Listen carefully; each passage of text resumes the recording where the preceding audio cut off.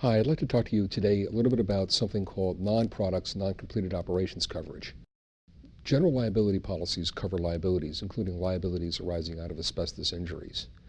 Most of the policies have a products limitation and a completed operations limitation, meaning that if a product has been created, it's a finished product, and the policyholder has relinquished control and sent it off premises, and a person's injured, then that falls within products coverage. But the problem with it is that there's a cap or a limitation or a limit, an aggregate limit on the amount of coverage that insurance policy will pay.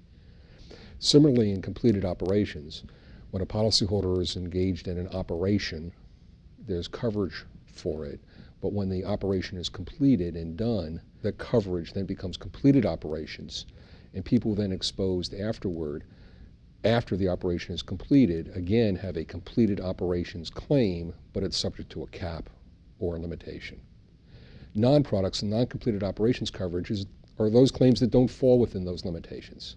A person's exposed to a raw asbestos product, a raw asbestos, which may not be a product, or people are exposed while the asbestos is still on the premises, or people are exposed to asbestos before the policyholder has relinquished control.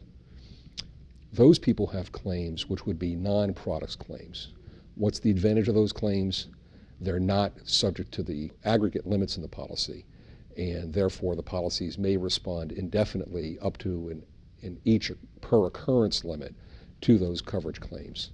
Similarly, with completed operations, if there are people who have been injured during the application of asbestos or the installation of asbestos, but before the installation activity was done or completed, they may have claims that fall within the non-completed operations coverage. What's the advantage?